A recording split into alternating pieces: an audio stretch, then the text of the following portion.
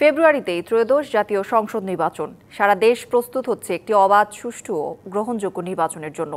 কি ভাবছে সাধারণ মানুষ থেকে শুরু করে আগামী জনপ্রতিনিধিরা, সে কথা জানাতে ডিবিসি নিউজের ইলেকশন এক্সপ্রেস ছুটে যাচ্ছে সব সংসদীয় আসনে। এখন জয়পুরহাট 1 ও 2 আসনে। স্বাগত জানাচ্ছি সিএসআরএম ডিবিসি ইলেকশন এক্সপ্রেসে। আজ আমি সারাদিন থাকবো জয়পুরহাট 1 এবং 2 আসনে। আমাদের চেইন অফ কমান্ডটা খুব শক্তিশালী।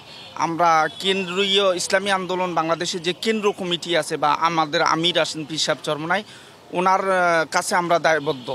আমরা যখন নির্বাচনের যখন ইশতেহার ঘোষণা হবে তখনই মূলত আসনগুলো চূড়ান্ত হবে। বিভিন্ন আন্দোলন সংগ্রামে আমি নেতৃত্ব দিয়ে জয়পুরহাটকে জাগরিত করে তুলেছিলাম। বিগত দিনে আমার বাবার ভূমিকাতে গোটা জয়পুরহাটবাসী আজকে আব্দুল আলিম সাহেবের ভক্ত, এবং তার যে পপুলারিটি যেটা আছে সেইটাকেও আমি পুঁজি করছি। একই সাথে আমার আন্দোলন সংগ্রামে আমার ভূমিকা, এই দুটোর সম্মিলনে আমি মনে করি আমি এখানকার বিএনপির একমাত্র যোগ্য প্রার্থী। জনগণ প্রত্যাশা করছে যে জামাত ইসলামী আগামী দিনের জন্য ভবিষ্যৎ মনে করছে, এই জন্য আমরা ব্যাপক সাড়া পাচ্ছি। এখন যারা আছে তারা আমাদের সমবয়সী, এই জন্য হ্যাভিওয়েট প্রার্থী বলতে আমরা তেমন মনে করি না। তো আমরা আশাকারী যে আসলে আমাদের বর্তমানে অবস্থান যেটা, সেটা আমাদের সাথে কোনো দলেরই প্রার্থী হিসাবে আমাদের আশপাশ আসতে পারবে না। ইনশাল্লাহ আমরা বিপুল ভোটে বিজয়ী হবো ইনশাল্লাহ। জেলা বিএনপির সিনিয়র যুগ্ম আহ্বায়কের দায়িত্ব পালন করছি। এই জেলায় সর্বোচ্চ মামলা, হামলা এবং আন্দোলন সংগ্রামে সর্বোচ্চ ভূমিকা, একাধিকবার কারাগারে যাওয়া এবং আমার জীবনে ক্রসফায়ার সহ অসংখ্য হুলিয়া নিয়ে নেতাকর্মী নিয়ে অদ্যবধি মাঠে আছি। দলের সঙ্গে বেইমানি করিনি, জিয়া পরিবারের সঙ্গে বিশ্বাসঘাতকতা করিনি।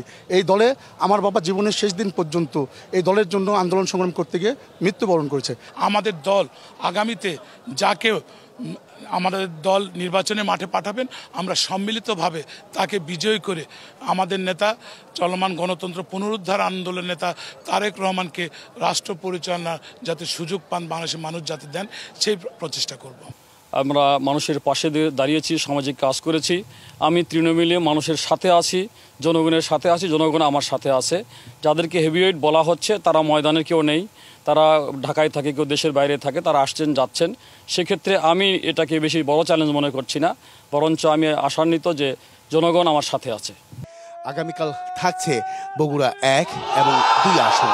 সেখানে তুলে ধরার চেষ্টা করব বিভিন্ন রাজনৈতিক দলের তৃণমূল পর্যায়ের নেতাকর্মীরা কি ভাবছেন আগামী নির্বাচনকে কেন্দ্র করে সেসব বিষয়। সঙ্গে থাকুন সিএসআরএম ডিবিসি ইলেকশন এক্সপ্রেসে।